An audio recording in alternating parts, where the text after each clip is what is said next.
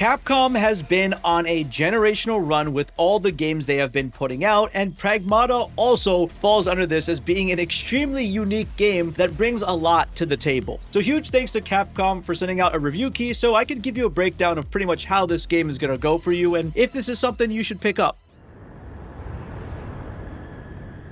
Now, Pragmata is centered around the main character named Hugh Williams, who gets a distress call about something going down in the space station on the moon, heads over there, a lot of stuff happens, and then he gets saved by an android named Diana. I am DI-03367, a state-of-the-art Pragmata created here at the Cradle. Now, Diana's not this useless android, but is actually essentially a mechanic that is going to go along with this game. If it was just Hugh Williams on its own, this would just be a third-person shooter, and because you have Diana, it brings a whole new type of genre to it, where it is a third-person shooter, an action-adventure game, but with Diana, it has puzzles, but it's part of the action, which adds a whole new level of tension in the game. Basically, the core gameplay is going to be shooting with hacking, which is a very interesting way of going about a game because you're using both sides of your brain to play. You're actively shooting enemies and trying to dodge them at the same time while using your other controls to hack them when you're in a safe spot in order to proceed with the strategy. That's pretty much the whole core aspect of the game, and I think it changes up how third-person shooting is really done.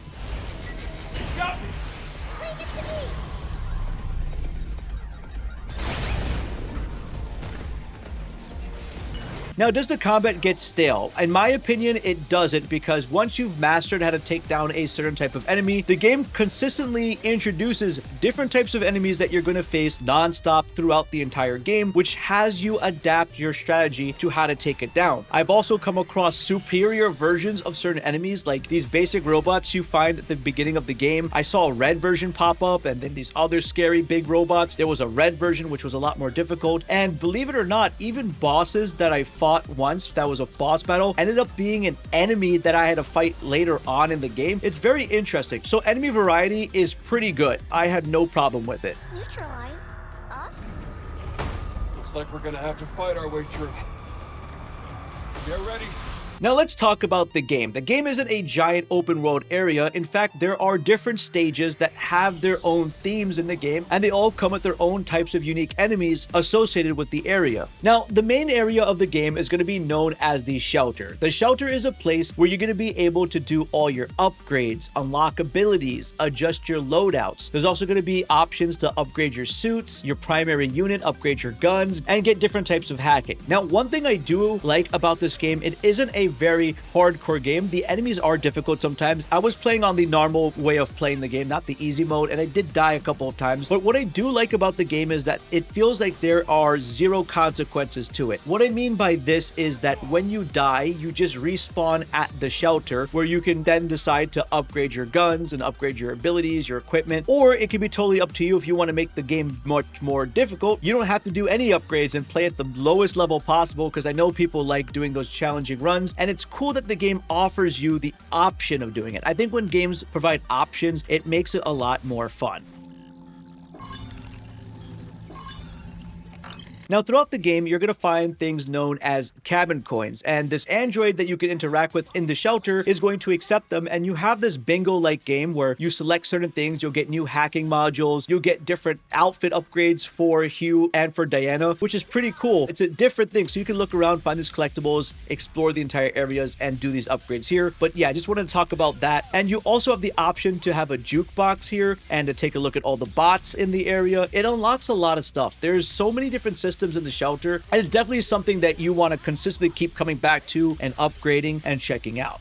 Now, I mentioned that the shelter is a core part of the game. That's where you're always going to be coming back to. But the shelter also extends out into different stages. So from the shelter, you'll hop onto a little tram and you'll head over to the stage 1, or you head over to a stage 2 or stage 3. The stage 2 was like a New York City kind of environment, while stage 3 was a forest-looking nature environment. And I do like that there are a ton of different environments in the game. So each one is unique. That is really awesome. Now, like I mentioned, you can travel to those locations, but the game also has something known as escape hatches. You'll come across these as you are exploring in areas, and you activate these escape hatches and you can go right back to the shelter. And when you go back to the areas, these escape hatches essentially act as the fast travel points, so you aren't starting from scratch in the game. I think it's really good when games take away that inconvenience. So usually before boss battles, you'll find an escape hatch, or if you progress really far in the area, you'll find another escape hatch. It's very convenient. Also, escape hatches, when you use them and come back, the enemies in the area do respawn. So if you want to farm enemies who drop a certain currency that you'll be using for upgrading, that is a valid way of farming enemies in the game, and I just love that they provided that in case someone wanted to do that. Now, there was also something interesting in the game, which were these really difficult rooms, like these red zone rooms. Very difficult. You need a key to enter in specifically. You'll find these keys, or you might have to play bingo to get one of the keys, and they allow you to go into these really difficult challenges where you're going to be facing off against a bunch of robots and enemies coming at you non-stop, and you're going to fight them, destroy them, and you'll get some awesome rewards. Definitely worth it. I like the fact that it's also optional. You don't have to do these really difficult rooms, but you can do it. Now, within the game, you'll come across these areas that are blocked off. It's like these mishappening of 3D printing. It's just like messed up 3D printing, and they block your ways. And you'll notice that at the first stage of the game, Diana actually learns an ability where she can interact with these 3D printed areas and completely destroy them, which will open up new pathways.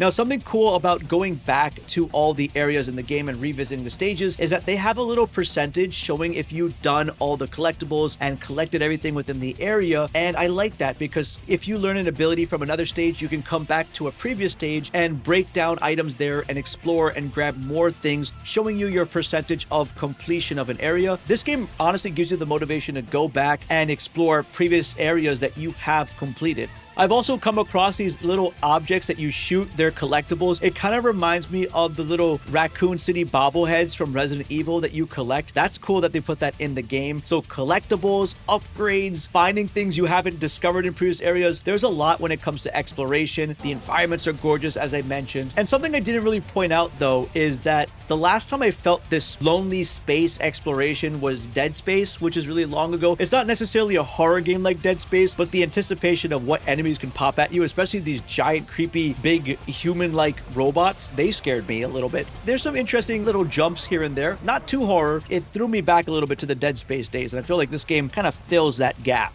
Now let me go back to combat, because besides just shooting and taking out enemies, there is a lot of variety when you take down enemies, because the amount of guns that I've come across in this game is insane. They have stasis guns that freeze enemy in place, laser beams that just dart right through the enemy. They have assault rifle like guns. There is sticky bombs. There are so many different types of weapons that you can experiment with to see what you like in your build. And something I do like about this game is once you do unlock a weapon, you can then go back to the shelter, 3D print that, so that way you can always equip that for your loadout.